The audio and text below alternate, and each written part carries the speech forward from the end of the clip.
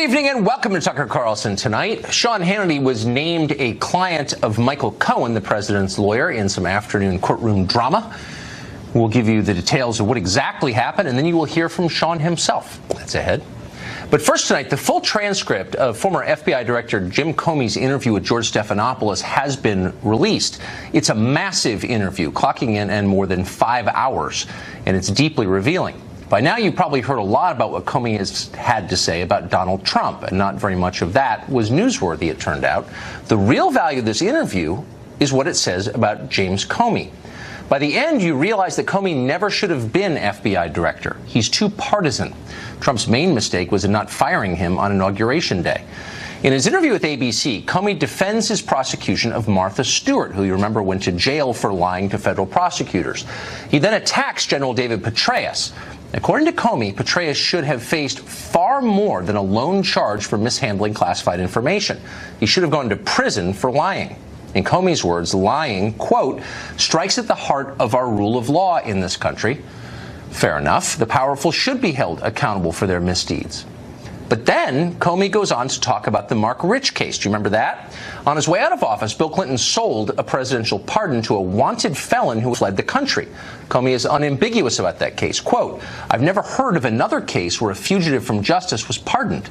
So Stephanopoulos then asks the obvious question. Quote, did you draw any conclusions about the Clintons, about Hillary Clinton from those experiences? Comey's response? Nope, none at all. Selling a presidential pardon to a fugitive says nothing whatsoever about the Clintons or their character. And by the way, Comey goes on to say, that Hillary Clinton is awfully smart and hardworking. Loretta Lynch gets the same soft treatment. Comey concedes that as Attorney General, Lynch did in fact pressure him to describe the Hillary email investigation as a, quote, matter, rather than what it actually was, a criminal investigation. Did Comey spot this obvious effort to politicize justice? Nope, not even close. His first concern when she told him to refer to the Clinton email controversy as a matter rather than an investigation. Did you think she was doing that to protect Hillary Clinton? I didn't know. It worried me. It gave me an uncomfortable feeling because the Clinton campaign had been trying to come up with other words to describe it. You know, I don't know, says Jim Comey. Comey doesn't know if Lynch was trying to protect Hillary Clinton. He doesn't want to draw any conclusions from that. He has no idea if the Attorney General was behaving politically when she told him to parrot the Clinton campaign's talking points. Comey goes on to say Loretta Lynch is a very smart and good person whom he respects very much. We remember that in the middle of all of this saga, President Obama publicly and repeatedly dismissed the entire Hillary Clinton email investigation as a nothing burger. Of course Hillary did nothing wrong, Obama said. Well, Comey concedes that Obama is a very smart lawyer, and he should have known better than to weigh in on an active investigation as president. The president shouldn't do that. Quote, do you think Obama was trying to color the case? Stephanopoulos asked. Once again, Comey replies, quote, I don't know. I don't think so. Well, there's a theme here. Again and again, partisan Democrats get every benefit of every doubt from Jim Comey. He can't rush to conclusions. That is, until he sees the white circles under Donald Trump's eyes. Then he's happy to speculate. Comey says repeatedly that lying is what bothers him most. He's devoted his life to fighting against dishonesty. That's why he wrote the book, he says. But Comey also says that former Director of National Intelligence James Clapper is the public servant he admires most. That's right, the very same James Clapper who lied to Congress, falsely claiming that intelligence agencies don't spy on Americans when he knew perfectly well that they do. Does the NSA collect any type of data at all on millions or hundreds of millions of Americans? No, sir. It does not. Not wittingly. Not wittingly. What you just saw is perjury. It's a federal crime. But unlike Martha Stewart, James Clapper got away with that. Jim Comey is happy that he did. The most revealing moments of the interview come when Comey describes the alleged Russian plot against our democracy. Comey claims repeatedly that Russia wanted Trump to beat Hillary Clinton in the election. But if it's that simple, why did Russian propagandists apparently attack Trump as well and stage protests against him? Comey doesn't address that. Instead, he acts as if we know for certain that Putin was working on Trump's behalf. But we absolutely do not know that for certain. In many cases, the facts contradict that conclusion. Comey is passing off speculation as fact. If Comey and the FBI really wanted to get to the bottom of a Russian plot against our democracy, why didn't the Bureau examine the DNC servers to make certain that Russia really hacked them? To this day, regardless of what you hear, we have never seen any evidence that the government of Russia directed the theft of data from those servers, or from John Podesta's Gmail account, from that matter. We just take that on faith. Everyone repeats it like it's true. But why should we believe that without actual proof? Because people like Jim Comey say so? Because our intel agencies never lie to us? Right. Comey's main piece of evidence that the president is a Russian stooge is that he never heard Trump criticize Vladimir Putin, even in private conversations. I don't know what's behind that, Comey says meaningfully. The implication is that Trump is unpatriotic, a traitor to America. So that's the new standard. Unless you denounce Putin vigorously and behind closed doors, our top law enforcement officials suspect you of disloyalty and criminal intent, and then all but accuse you of that on television. There's a name for this. It's called McCarthyism, and it's scarier than anything Trump has ever done with Russia. Finally, for a guy who says he's determined not to be political, Comey seems highly political. He says repeatedly in the interview with ABC that he's greatly influenced by his wife. He cites a number of occasions when she's weighed in on his job at DOJ, including during the investigation into torture at Abu Ghraib. Comey says again and again that he listens carefully to his wife. Well, given that, it's significant that Comey's wife turns out to be a bitter Hillary partisan. Watch. On Saturday, January 21st, masses of demonstrators take to the streets, among them the family of James Comey. My wife and girls marched in the Women's March the day after President Trump's inauguration. At least my 4 daughters, probably all 5 of my kids, wanted Hillary Clinton to be the first woman president. I know my amazing spouse did. I wanted a woman president really badly, and I supported Hillary Clinton. A lot of my friends worked for her, and I was devastated when she lost. Well, wait a second. We have news here. Jim Comey was the director of the FBI working for President Donald Trump. A bunch of his wife's friends worked on Hillary Clinton's campaign. Virtually his entire family marched against his boss on Trump's very first day of work. Comey gave ABC photographs of all of them carrying anti-Trump signs on the National Mall. We're not supposed to think that any of this had any effect on how Jim Comey approached his job in the Trump administration. But of course it did. Author and columnist Mark Steyn joins us tonight. So, Mark, Jim Comey tells us that he hates dishonesty, though Jim Clapper is his hero in the civil service. And then he says, when asked, well, why do you think Attorney General Loretta Lynch commanded you not to describe the criminal investigation into Hillary as a criminal investigation? He goes, I don't know. Just no idea. It didn't seem political to me. I mean, that's false. Yeah, it is false. The circumstantial evidence that's staring you in the face when it comes to Democrat behavior, he professes to be blank about, but he'll happily, deliriously speculate on what Trump may have been doing with a bunch of prostitutes in Moscow. This is, basically fans of James Comey want it both ways, Tucker. I was listening to that bit about his wife and daughters marching in the Women's March the day after Trump's inauguration.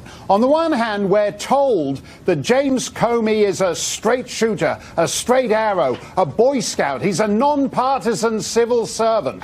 He's a straight shooting G-man. And on the other hand, his entire family is marching in this Women's March. I believe something like 4 million people marched across America. So out of the female population of the United States, that's about 2.5%. So it's not just that Mrs. Comey is a Hillary voter. It's that she's in the hardest hardcore of Hillary partisans.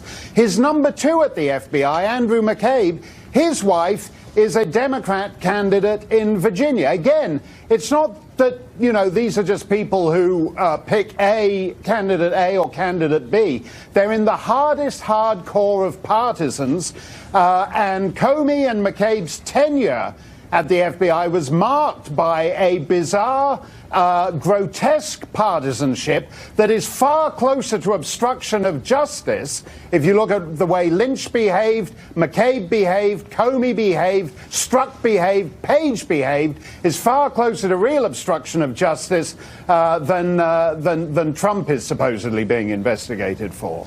So if you were starting a new job and your wife said to you, look, I really don't like your boss, and you might say, I don't really like him either, or whatever. No, I really don't like him. I want to go march with a sign denouncing him on the National Mall on his first day of work. Yeah. Would you say, maybe just for the sake of appearances, it is my boss after all, and my job requires me to have no political affiliation, maybe just kind of pull back on the public display of that a little bit? Or is that too much to ask in a marriage, do you think? No, I think there's a difference to this. If you're the editor of Mother Jones, or even the editor of National Review, and the missus wants to march in the Women's March, I think that's fair enough. If they want to march in an anti-Tucker Carlson march or an anti-Mark Steyn march, I'm fine with that. But I think when you're a civil servant, particularly in law enforcement, then the Caesar's wife standard applies. And it's actually the only reason we're mired continuously in this ridiculous world of lawyers and legalisms and attorney-client privilege and lawsuits is because nobody understands. To come back to a word I use on this show a lot, Tucker, nobody understands what is seemly anymore. If you have to explain to the FBI director why his wife shouldn't be out shrieking in the streets at the Women's March with a bunch of big hats denouncing the president, if you have to explain to the FBI director why that's wrong, that guy shouldn't be FBI director. Well, I think that, and I just want to be clear, I'm not attacking, and I don't think you are either, Comey's wife or her right to express her political views. That's great. I just don't think you can, with a straight face, say, I'm a totally nonpartisan FBI director when your whole family is marching against your boss on his first day of work. I mean, I just don't believe it. We're going to have more with Mark Steyn, because we can't get enough, and we don't think you can either. He's going to respond to a Chick-fil-A controversy, which is kind of interesting at the end of the show. We'll be right back. But first, Philippe Reines is a former advisor to Hillary Clinton who believes her campaign was hamstrung by none other than James Comey. Philippe, it's great to see you. Thank you, Tucker. So when you see Comey basically exposing himself as a Hillary Clinton fanboy, do you feel better? Do you think, actually, I miscalled this, he did love us, he didn't mean to hurt us? Jim Comey was part of the Whitewater investigation that led to the Monica Lewinsky. Jim Comey investigated Bill Clinton in 2002. I think fanboys probably a little bit. And then he said the Mark Rich case, where President Clinton, whatever, he's many good points. He did sell a presidential pardon to a fugitive felon hiding in Switzerland. And Comey's like, it doesn't really tell us anything about the Clintons that he would do that. Really? I don't think looking at his past, you can say anything other than he's a diehard Republican. He was picked by George Bush to be the FBI director. He was unanimously picked and confirmed by a majority in the Senate.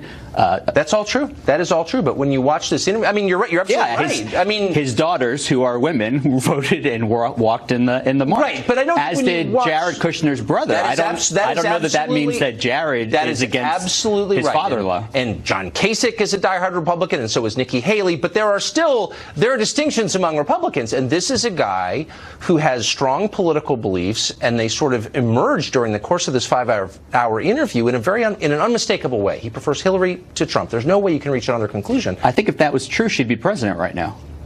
Really? I do. Or maybe you could flip it around and say if it weren't true, she would have been indicted. No, because the part of indicting going forward, I mean, there have been other investigations and there have been multiple looking at what she did. But what he came forward on July 5th and then later on October 28th was so outside the norm of the protocols in place for the FBI director, so that we don't have another J. Edgar Hoover, who for 50 years bullied and blackmailed our presidents.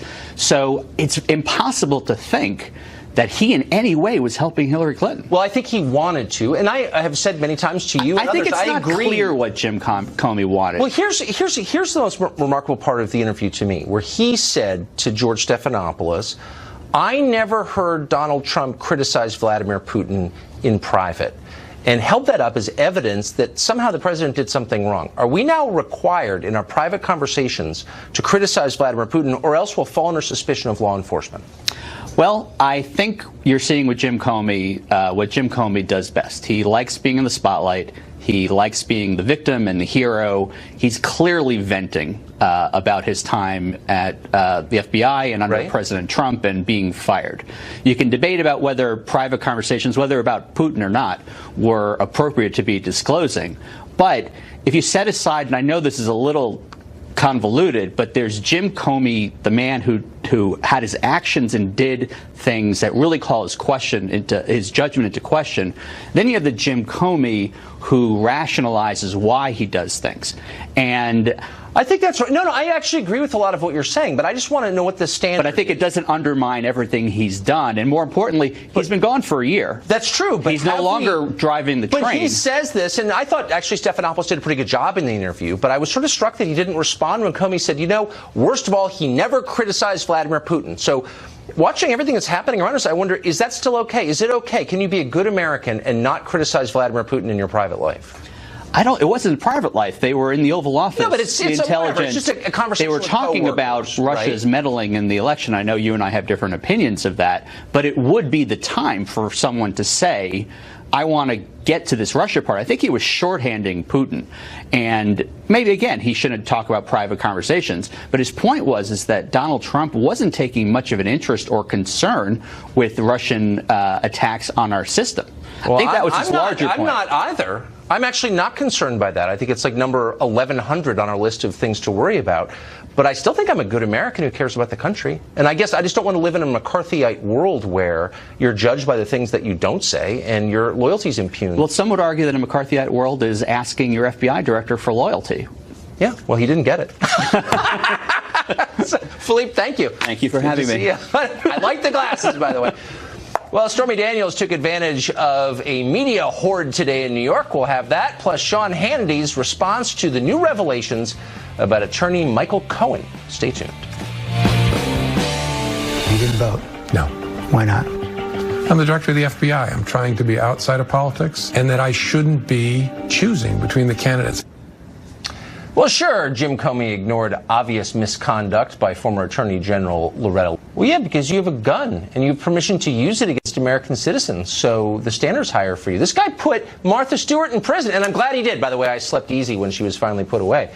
But I mean, yeah, abuse of power. Dan, thank you. Great to see you.